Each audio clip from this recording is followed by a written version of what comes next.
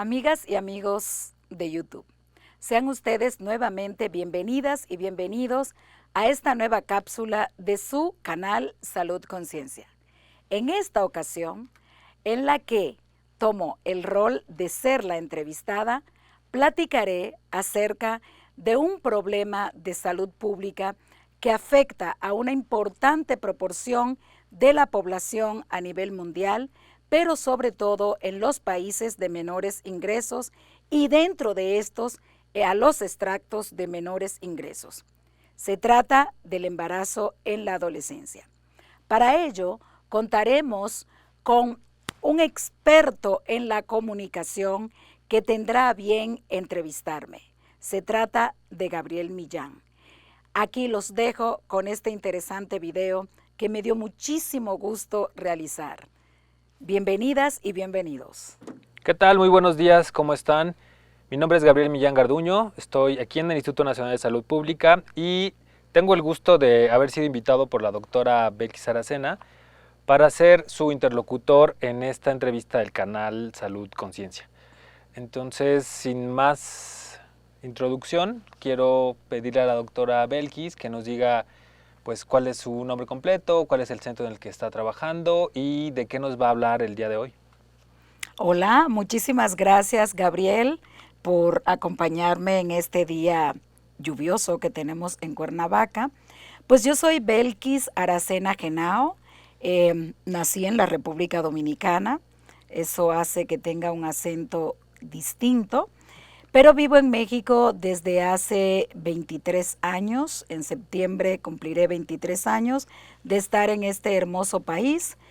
Yo soy economista, me dedico a hacer economía de la salud, estudié la maestría en ciencias en sistemas de salud, con lo que vinculé el conocimiento económico con la salud.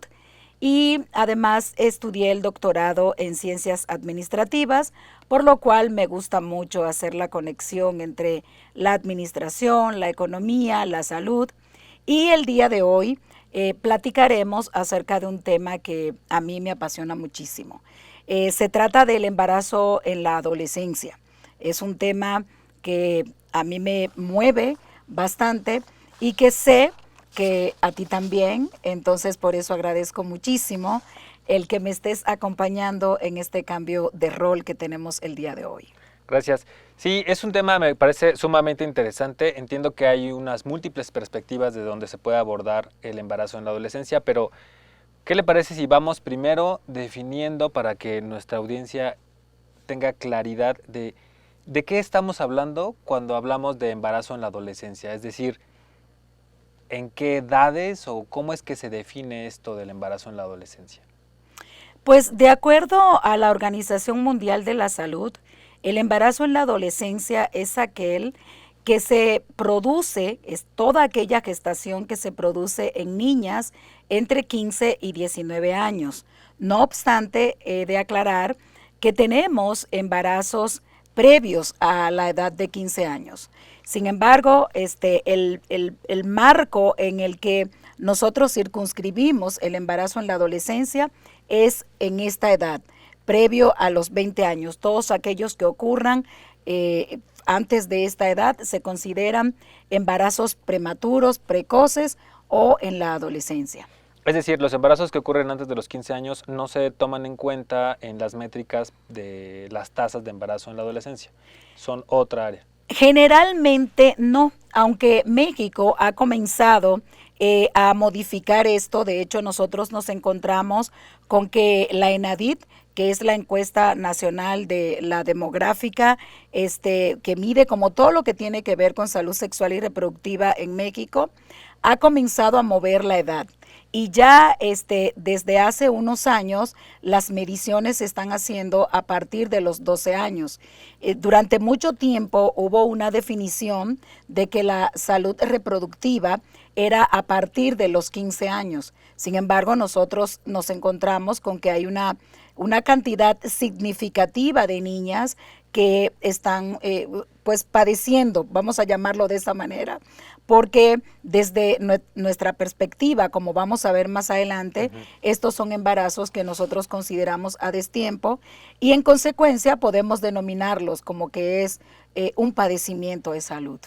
Doctora, cuando usted habla de morbilidades relacionadas con el embarazo en la adolescencia, ¿a qué se refiere? ¿Son enfermedades o qué significa el término morbilidades? Pues nosotros, al referirnos a morbilidades precisamente, estamos hablando de estos padecimientos que se asocian con el embarazo y que son más frecuentes en estos grupos poblacionales. Generalmente nos encontramos con parto prematuro, eso es muy frecuente en las adolescentes. Nos encontramos con problemas hipertensivos como la preeclampsia, la eclampsia.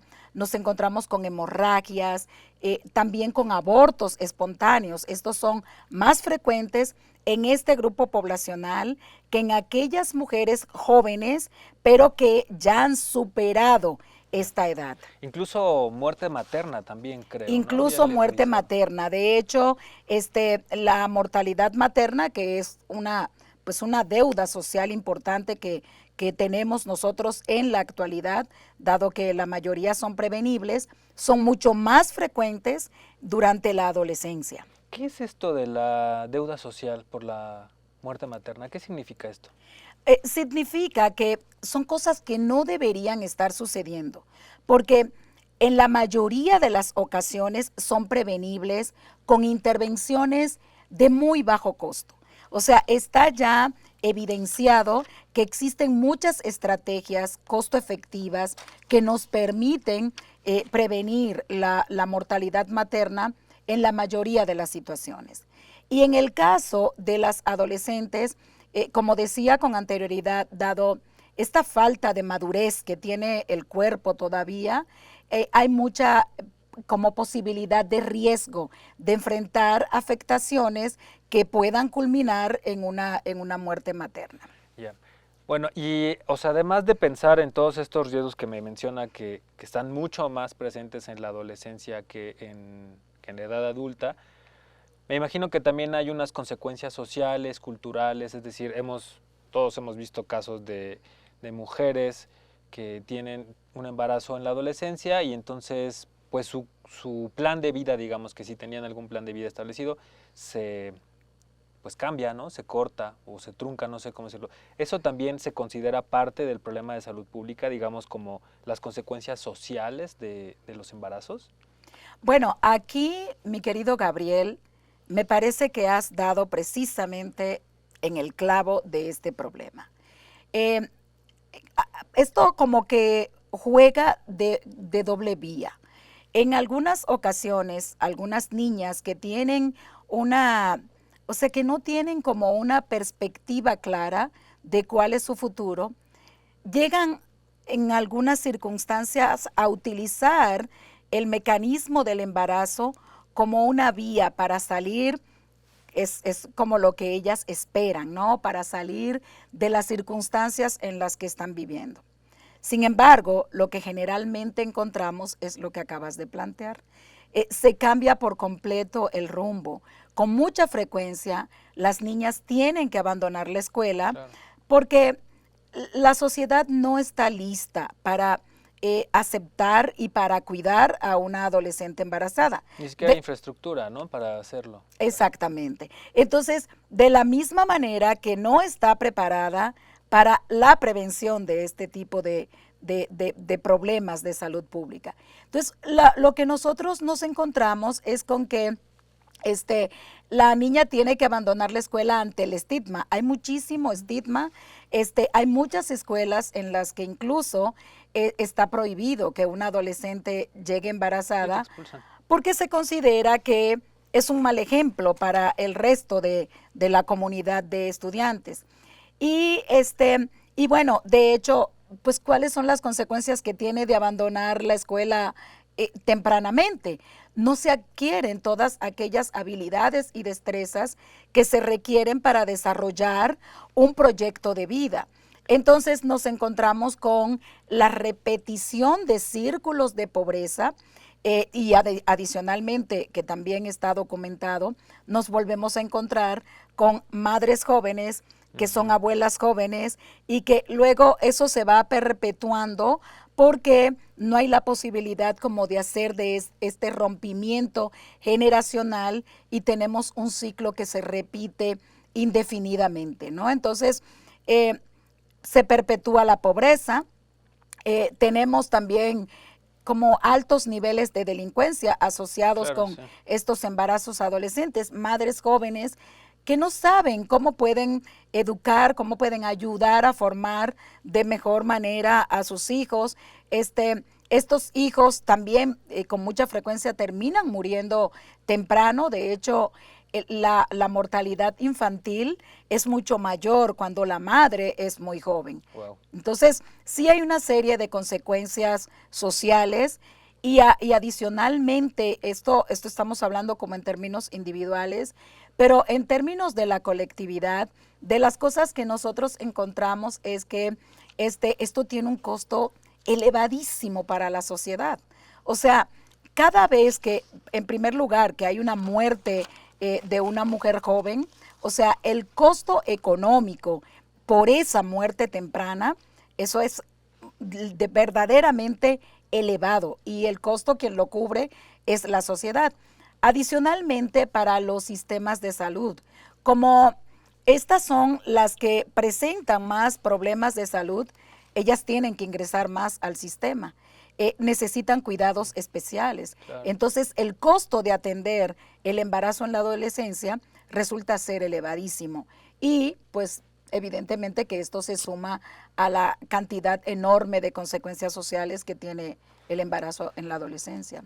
Doctora, en todo lo que ha estado comentando, ha estado hablando de las chicas, de las niñas, de las adolescentes, de las mujeres. Pareciera que el problema el fenómeno, por no llamarle problema, el fenómeno del embarazo en la adolescencia parece que solo es responsabilidad o solo es un problema para las mujeres. ¿Eso es así? ¿Dónde quedan los varones? Porque al final, para que haya un embarazo, pues tiene que haber fecundación y eso implica a un hombre. ¿En qué parte se integran los varones como en este fenómeno del embarazo en la adolescencia? Bueno, es una pregunta de género súper interesante, mi querido Gabriel. Ese ha sido el peso que ha correspondido cargar históricamente a las mujeres.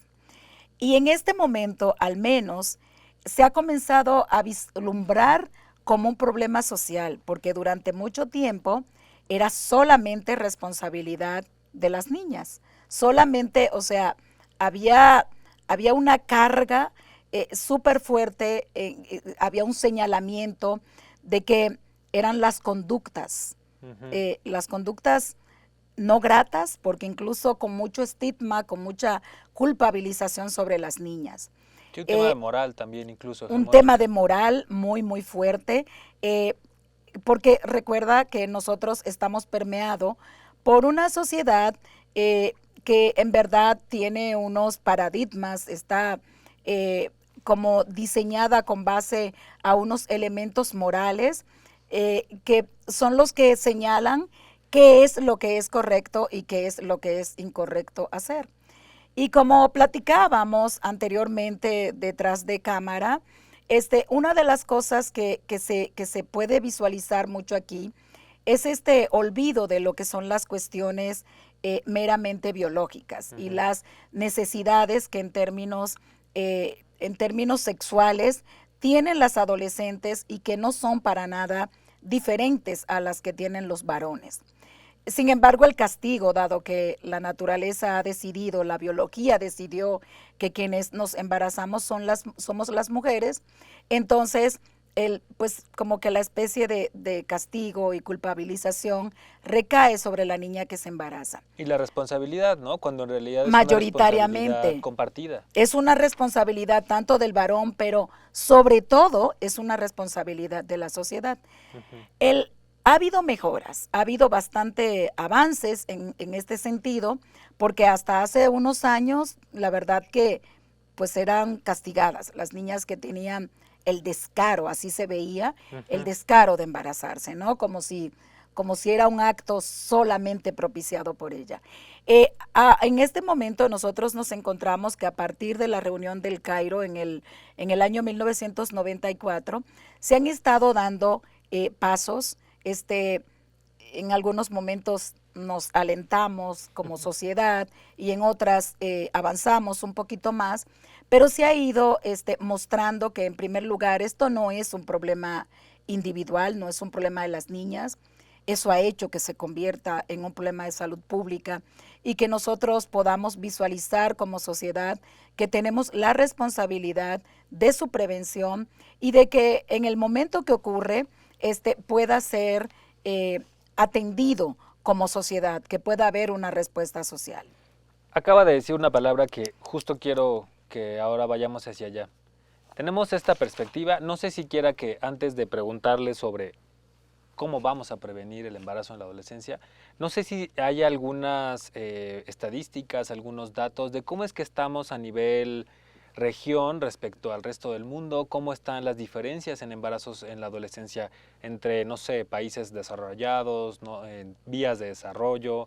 ¿Cómo estamos por ahí a nivel mundial en Mal, datos? mal. Estamos, Latinoamérica y África subsahariana, pues somos los que estamos peor. Latinoamérica y el Caribe ocupamos, junto con África subsahariana, ocupamos los primeros lugares. Este, por ejemplo, en el caso mexicano, nosotros tenemos que a pesar de que se han hecho múltiples intervenciones, Ujú. la tasa de fecundidad en la adolescencia es súper elevada. O sea, nosotros tenemos una tasa superior a 70 por cada 1000 embarazos, suceden en mujeres menores de 20 años. Y, o sea, aquí, dentro de esos, no incluimos los que son menores a 10. Aquí Ujú. ya estamos hablando solamente de, porque de hecho esos menores de 15, si bien los de 15 a 19 constituyen un problema de salud pública y no deberían de suceder, o sea, ni hablar Claro. de los menores de 15 años. De hecho, tengo entendido que la estrategia, la ENAPEA, tenía uno de sus objetivos era eliminar estos embarazos, ¿no? Eliminar esos embarazos no deberían suceder. Si bien los de 15 a 19 años, la estrategia busca reducirlos, los menores a esos se busca que desaparezcan, porque no deberían de suceder. La mayoría de estos se vinculan mucho con temas de violación, que ocurre principalmente al interior Claro. del hogar. Entonces, el propósito es que desaparezcan por completo. Pero en relación a la pregunta que haces, nosotros lo que encontramos es que países desarrollados, los países europeos, por Ujú. ejemplo, nosotros nos encontramos con que tienen una tasa de embarazo en adolescente muy, muy, muy baja, la verdad, en comparación con nuestros países de Latinoamérica. Y de las cosas que nosotros hemos encontrado es que existen como mecanismos que están diseñados de manera explícita para prevenir el embarazo adolescente, pero que se alejan un poco de lo que son pues, los mecanismos que utilizamos nosotros acá. Yo tengo una experiencia de un proyecto que llevamos a cabo en un país latinoamericano y lo que nosotros encontramos fue que había arrancado una estrategia de distribución de condones Ujú. en lugares públicos. De hecho, se colocaban dispensadores de condones Gratuito, en los supongo. cines gratuitos, exactamente, que ese es un elemento fundamental, Claro. porque como dado esta carga que la sociedad, que nuestras sociedades le imponen a la sexualidad, es un poco complicado que la niña o hasta el propio niño, que de hecho en menor medida, pero también es un poco complicado que vaya a pedir dinero para la compra de condón, porque pues es mal visto, ¿no? Claro. No es algo que es socialmente aceptado. Y en este país comenzó una estrategia en la que había este proceso de distribución de condones. Sin embargo, hubo un cambio gubernamental, hubo un cambio en una autoridad del gobierno y resultó que decidieron cambiar por completo la estrategia. Los pasos que se habían dado en pro de la mejora de la defensa de los derechos Claro. de las niñas, los niños y los adolescentes, que están plasmados en una serie de documentos internacionales que han sido aceptados por los países, porque estos convenios se firmaron entre todos los países y se buscaba esta defensa de los derechos a la sexualidad, a una sexualidad sana, libre de prejuicios y demás. Pues todo esto se olvidó. Y entonces se decidió nuevamente responsabilizar a la niña y a la familia. Ellos eran los que tenían que velar porque la niña no se embarazara. Entonces, ahí vamos un poco que avanzamos de repente un pasito, Claro. pero damos 2 pasos hacia atrás. Entonces, en este sentido, ha habido una serie de estrategias que se han llevado a cabo en distintos países latinoamericanos, pero dado que no son como institucionales, entonces están muy a merced de la autoridad de turno. Y o sea, no hay mucha claridad, sino que responde más bien a lo que son como los principios morales del tomador de decisión, Claro. o del diseñador de la política. Entonces, nos regresamos otra vez y por eso no logramos tener como pues indicadores que muestren que tenemos mejoras en lo que tiene que ver con la prevención del embarazo en la adolescencia. Cuando dice que estos derechos de la adolescencia a vivir una sexualidad sin, como dijo, sin prejuicio, una cosa así, Sin supongo que sin estigma, sí. estigma, todo esto, me hace pensar, el embarazo en la adolescencia es un tema de derechos también, ¿no? Y por todo lo que acaba de comentar, o sea, es un tema de derechos, de inequidad, de desigualdad. Hay una diferencia, o sea, eso es lo que me parece, me gustaría que nos contara más al respecto.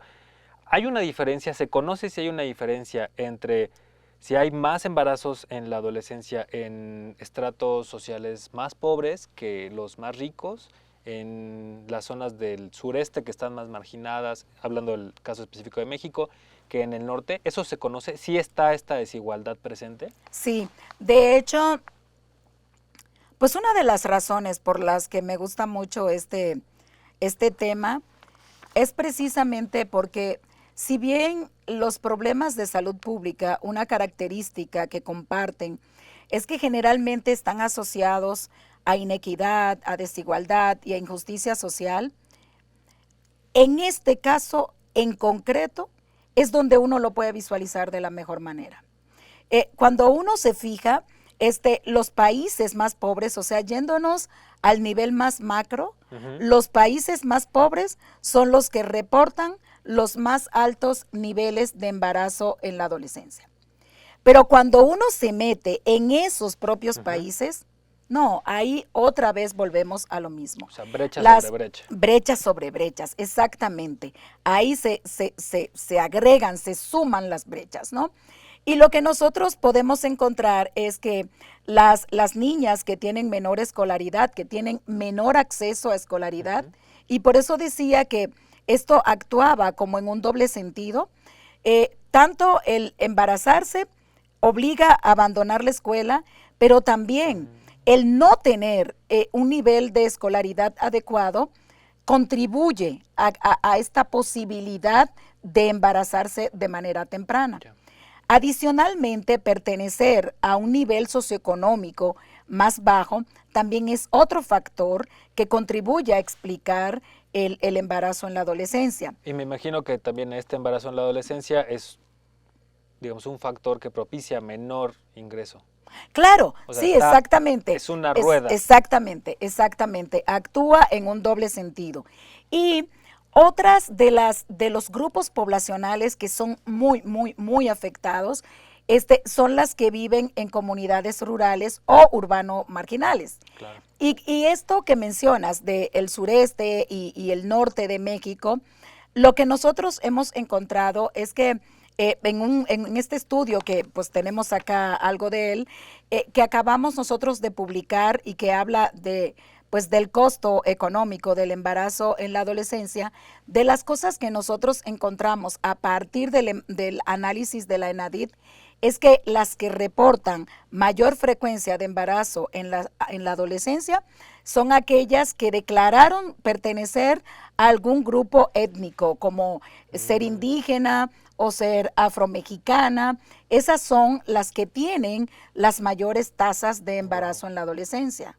Entonces, definitivamente, o sea, es un problema que a quienes más afecta son a las que están en peores condiciones en términos económicos, en términos sociales, las menos educadas, la de menor ingresos, la que viven en las comunidades más apartadas, que no tienen acceso a información, que no tienen acceso a métodos anticonceptivos y que las condiciones culturales, porque aquí es importante también tomar en consideración el tema cultural. Claro. El tema cultural se relaciona mucho con la cuestión moral, pero también con estas asignaciones de género que dicen que, o sea, las mujeres... Sí, que tu rol como mujeres... Exactamente, están destinadas a parir y que en el momento en el que tú te conviertes verdaderamente en una mujer, es en el momento en el que eres madre. Que es todo el discurso que se utiliza mucho en el 10 de mayo, ¿no? O sea, exactamente. La dicha de la mujer de ser madre es un discurso ahí que se repite una y otra vez. Exactamente, exactamente. Las mujeres nos potencializamos, nos hacemos valerosas, válidas. Ahí es donde como que nosotros logramos maximizar nuestro potencial humano, ¿no? Sí, es como la teleología de la mujer es tener un hijo, ¿no? Tener un así hijo. Es como va el discurso, parece ser. O sea, como madre, lo más importante es ser madre. Entonces, de hecho, hay algunos, dentro de las revisiones que nosotros hicimos de la literatura, encontramos el peso tan fuerte que había para aquellas que declaraban, incluso ahorita es un problema, todavía, que algunas mujeres declaren, es que yo no quiero tener hijos, ¿no? O sea, sí, porque claro. ¿Cómo es posible si tú tienes la dicha y hay tantas que quisieran pero no pueden? Entonces, estos discursos también contribuyen al embarazo temprano, aunado a que pues la oferta de los empleos en los que las mujeres puedan ganar un ingreso que les permita vivir, que les permita continuar con su educación, es otro factor que contribuye al embarazo, porque no existen opciones adecuadas que favorezcan la postergación del embarazo. Claro, sí. Doctora, como para ir ya un poco cerrando la plática hacia estas actividades, o no sé cómo llamarle, estrategias o como iniciativas políticas para prevenir, ¿cuáles serían las principales, de acuerdo con las revisiones que ustedes han hecho, como con toda la evidencia que se conoce, cuáles son algunas de las estrategias más importantes, más costo efectivas para justamente prevenir el embarazo en la adolescencia? Gabriel, nosotros con la revisión que hicimos, vimos que varios países latinoamericanos, como dije con anterioridad, han llevado a cabo múltiples estrategias. Se ha colocado mucho dinero porque incluso hasta hace algunos años, pues se intentaba, pero era como un discurso que quedaba en el vacío porque no había, pues no había presupuesto asignado. Claro.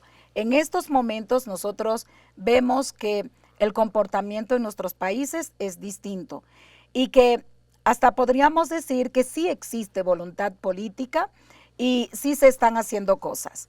Sin embargo, esta carga moral que hay por detrás, asociada con ciertos elementos de creencias y de los discursos de los tomadores de decisiones, todavía continúa siendo un impedimento. No solo el ofrecer métodos anticonceptivos oportunamente es un mecanismo que puede servir y que es imprescindible tomarlo en consideración, pero hay otros elementos que son necesarios. Nosotros necesitamos comenzar a pensar en una sociedad en la que se disminuyan las brechas. Esto creo que es algo que nos va a requerir un poco de tiempo en Latinoamérica. Claro. O sea, nosotros continuamos viendo que estamos más, o sea, las cosas se han acentuado posterior a COVID, entonces están muy difíciles las situaciones económicas. Pero un poco como tomando lo que planteas en la pregunta, nosotros hemos visto que en países europeos que han sido sumamente exitosos, cosas que nosotros hemos visto es el inicio de una educación sexual temprana. Pero ¿Cuándo es temprano? ellos comienzan a los 4 años Ah, y no comienzan diciendo, o sea, poniendo en un libro un niño y una niña desnudos. con un enfoque biologicista En verdad, totalmente. en verdad, son programas muy estructurados en los que se habla abiertamente de qué es la sexualidad, de cuáles son las consecuencias de la sexualidad, de cuáles son las causas de la sexualidad. Se vive como un proceso natural, se le enseña a las niñas y a los niños como un proceso natural, Sí, como tener hambre, ¿no? como tener hambre, como la necesidad de dormir y de beber, o sea, como eso, así se explica. Y adicionalmente existe esta posibilidad que no hay en nuestros países de que la adolescente se acerque con su mamá y le diga, oye, o sea, tengo estas necesidades sexuales.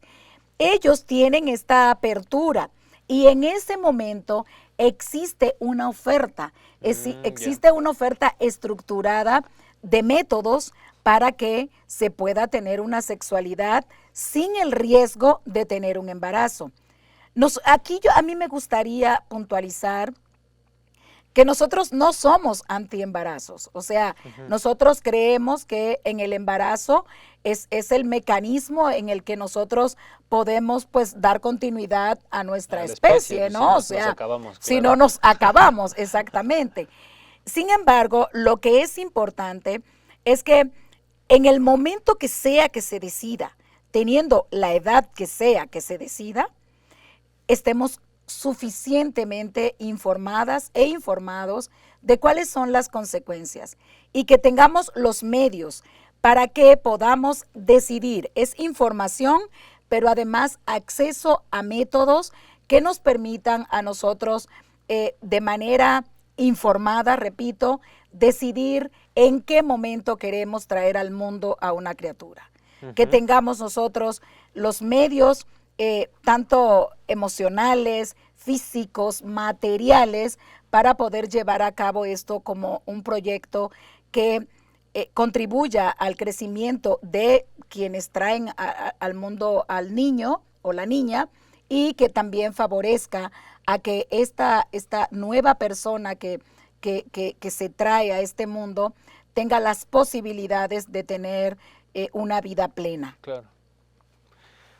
Creo que este tema da para mucho y me parece que puede ir abriendo la puerta a otro tema muy controversial en México y bueno, creo que en el momento en el que estamos viviendo es un tema controversial que es la interrupción legal del embarazo o la interrupción del embarazo o el aborto, como se le quiera llamar. Creo que podríamos hablar un poco porque me parece que se engarzan de cierta manera tanto la prevención del embarazo, pero ¿qué hace uno si pues ya ocurrió?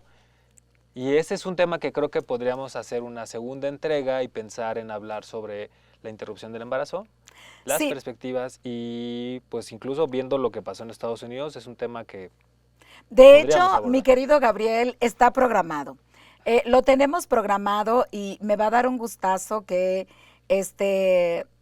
bueno, no sea yo quien entreviste, sino seas tú quien conduzca esa entrevista. Ya tenemos ahí el compromiso con la doctora Rafael Esquiabón, que es una experta Claro, muy en el reconocida tema. nacionalmente, internacionalmente. Y buscaremos, las demás van a ser una sorpresa, pero que va a ser gratamente recibida porque como bien dices, son dos temas que están bastante vinculados Claro. y que pues con el debido cuidado lo vamos a tratar porque sabemos que son temas interesantes, importantes, pero que tienen que ser manejados de una manera apropiada. Claro, siempre basados en la evidencia, en Exacto. todo como, o sea, con la mejor evidencia y los criterios, digamos, basados en evidencia disponible. Pero quiero cerrar el bloque preguntándole, ¿qué le puede recomendar a los papás? ¿No? O sea, los papás que tienen hijos adolescentes o no sé cómo se les llama ahora, creo que antes les decían puberes, no sé si siga siendo así, pero o sea, desde 12 años, una cosa así, ¿qué les puede recomendar? ¿Qué hacer si yo tengo un hijo o una hija de 12, de 11 años para justamente prevenir el embarazo? ¿Qué puedo hacer? Es importante conversar, Gabriel. Es importante tomar en consideración cuáles son los intereses de nuestros hijos. Eh, con mucha frecuencia, y no solamente en el tema del embarazo o la vida sexual, eh, con mucha frecuencia los papás intentamos imponer porque creemos, es con la mejor de las buenas fes, que nosotros intentamos que nuestros hijos hagan tal o cual cosa, porque nosotros queremos evitarle el dolor, que le dañen y ese tipo de cosas. Esa es una como de las razones por las que actuamos de alguna manera. Pero por el otro lado, porque nosotros pues somos individuos sociales. Entonces estamos inmersos en una sociedad que dictamina cómo es que nosotros debemos de conducirnos.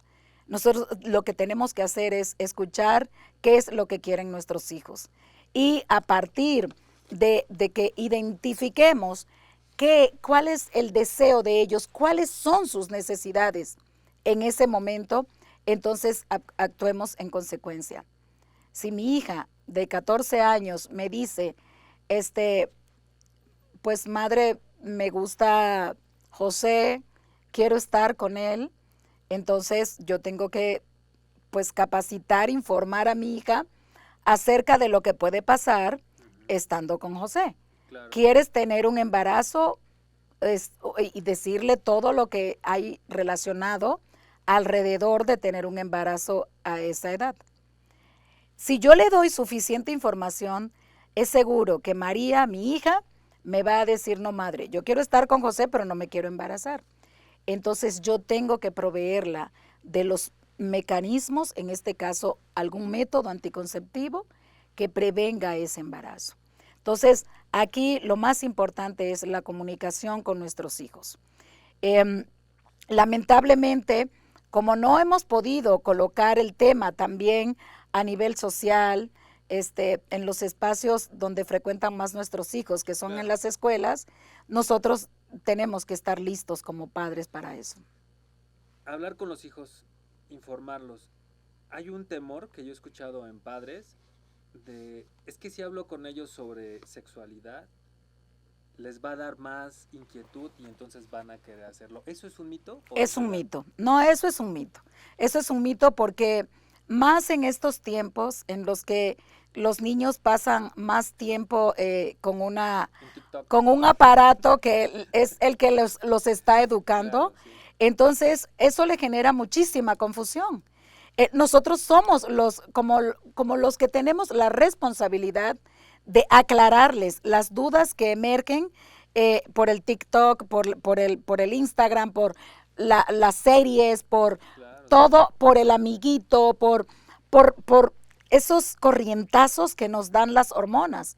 Entonces nosotros somos los responsables de decirles a nuestros hijos, oye, o sea, esos corrientazos son normales, son naturales, no tienes un temblor de tierra dentro de tu cuerpo. O sea, te está pasando algo normal y lo que necesitas, entonces nosotros, a partir de la experiencia que hemos acumulado, de lo que hemos leído o de lo que hemos vivido, somos quienes estamos en capacidad para apoyar a nuestros hijos a tomar las mejores decisiones. Perfecto. Pues no sé, creo que es un tema muy amplio. Podríamos también dedicarle una segunda ronda a hablar un poco más de datos muy específicos para el tema de México, para la región de Latinoamérica. Pero bueno, creo que con esto es un panorama general muy amplio, muy interesante. Yo le agradezco mucho la oportunidad de estar de este lado de la silla. Y bueno, pues nos vemos pronto en otra emisión del canal Salud Conciencia. Gabriel, yo te agradezco mucho que me hayas entrevistado, pero como hoy eres tú el youtuber, pues te toca decir todo eso de que vean este video, que lo compartan y que por favor se suscriban. Adelante, Sí, es Gabriel. la falta de costumbre, doctora. Bueno, pues muchísimas gracias a nuestra audiencia por habernos escuchado en esta emisión de Salud Conciencia. Denle clic en la campanita, suscríbanse al canal y sigan todas las actualizaciones y los nuevos videos. Esto es un canal para ustedes. Si tienen algún comentario, déjenlo aquí abajo en la caja de texto. Y también si quieren proponer algún tema que les cause interés, que piensen que puede ser un buen tema para abordar desde la salud pública, con todo gusto. Están ahí los datos y bueno, pues bienvenidos nuevamente y hasta la próxima.